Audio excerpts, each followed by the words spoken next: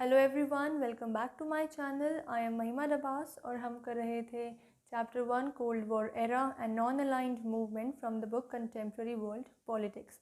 Part 1 में हमने पढ़ा about the cold war era and its features, and in this video we are going to discuss 3 topics. First, Cuban missile crisis, second, emergence of two power blocks, and the third, why the states entered into alliances.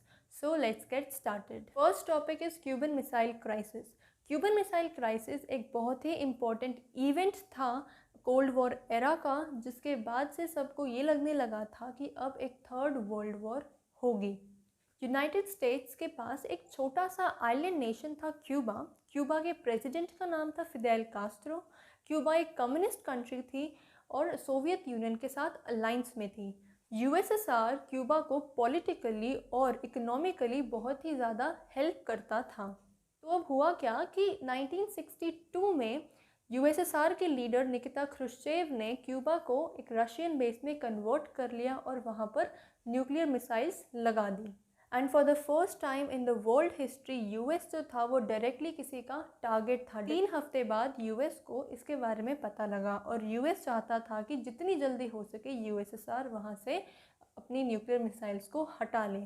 तो John F Kennedy जो कि America के president थे, उन्होंने बोला USSR को कि तुम अपनी मिसाइल्स को हटा दो, लेकिन यूएसएसआर ने नहीं सुनी और मिसाइल्स को नहीं हटाया। तो यूएस ने अपनी अमेरिकन वॉरशिप्स को भेजा और कहा कि कोई भी सोवियत शिप जो क्यूबा की तरफ जा रही है उसको वहीं इंटरसेप्ट कर लो एज अ वार्निंग। उस टाइम दोनों कंट्रीज़ बिल्कुल आमने सामने आके खड़ी हो गई और सबको यही लगने लगा कि अब थर्ड वर्ल्ड वॉर होगा, लेकिन होपफुली ऐसा नहीं हुआ। यूएसएसआर ने क्यूबा से अपनी मिसाइल्स हटा दी और दोनों साइड ने वॉर को अवॉइड किया। सो ये था Cuban missile crisis. Next topic is the emergence of two power blocs. Cold war ने वर्ल्ड को 2 हिस्सों में बांट दिया। 2 अलायंसेस बनी, एक तो थी ईस्टर्न अलायंस, दूसरी थी वेस्टर्न अलायंस। अब ये क्यों हुआ? ये हुआ क्योंकि दोनों सुपर पावर्स अपना एरिया ऑफ इन्फ्लुएंस बढ़ाना चाहती थी। ये डिवीज़न सबसे पहले हुआ यूरोप में, क्योंकि Europe after second world war बहुत ही ज़्यादा वीक हो गया था इकोनॉमिकली, क्योंकि यूरोप प्लेग्राउंड था वर्ल्ड वॉर 2 का। सबसे पहले अमेरिका ने आके इकोनॉमिक हेल्प प्रोवाइड की वेस्टर्न यूरोपियन कंट्रीज़ को। एक बहुत ही बड़े स्केल पर अमेरिका ने इनकी हेल्प की थी अंडर द मार्शल प्लान। फिर यूएसएसआर ने भी आगे बढ़कर जो ईस्टर्न यूरोपियन कंट्रीज़ थी उनकी हेल्प की, उनको इकोनॉमिक एड प्रोवाइड किया for the reconstruction of their economy. ये इकोनॉमिक हेल्प करने के बाद जो येलो कलर से कंट्रीज़ हाईलाइटेड हैं, उन्होंने यूएस के साथ अलायंस बनाया। इसका नाम था वेस्टर्न अलायंस। अब वेस्टर्न क्यों? क्योंकि जो ये कंट्रीज़ थी वो यूरोप के वेस्ट में सिचुएटेड थी। और जो रेड कलर से हाईलाइटेड है, उन्होंने अलायंस बनाया यूएसएसआर के साथ और वो बन गई eastern alliance because they fall on the eastern side of the Europe. These alliance systems were consolidated with the military pacts. मतलब अलायंस में किसी भी कंट्री के साथ कोई वॉर होती है या क्राइसिस वो फेस करते हैं तो सारी कंट्रीज़ कंबाइंड मिलिट्री एक्शन लेंगे। ये जो मैप आप देख रहे हैं, इसमें जो येलो कलर का जो पोर्शन है वो वेस्टर्न अलायंस है and it is also referred to as the first world. Then जो रेड एरिया है वो है eastern alliance and it is referred to as the second world.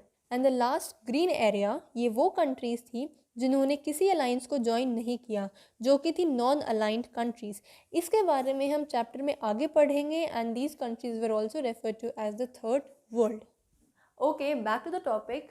First military alliance बनाया यूएस और उसकी अलाइज ने इन 1949। उस ऑर्गेनाइजेशन का नाम था NATO, North Atlantic Treaty organisation.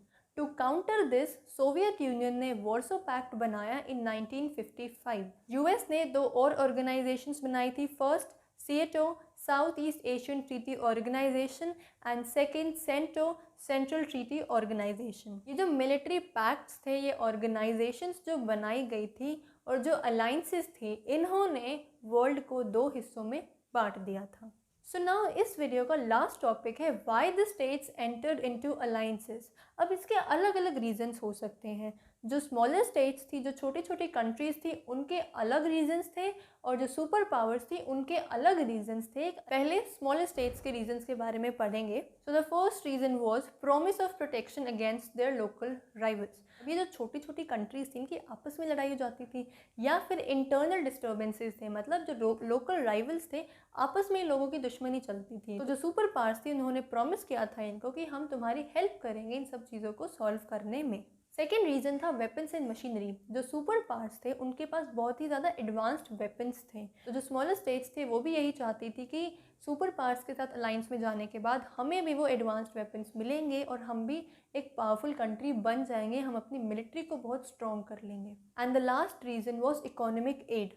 Economic aid एक कंट्री के लिए बहुत ही ज़्यादा ज़रूरी होती है, और जो सुपर पावर्स थे उन्होंने प्रॉमिस किया था कि हम तुम्हें फाइनेंशियली बहुत स्ट्रॉन्ग कर देंगे, इसीलिए स्मॉलर स्टेट्स जो थे वो उनके साथ अलायंस में आके जुड़ गई। Now why the super powers entered into the alliances? First reason was resources.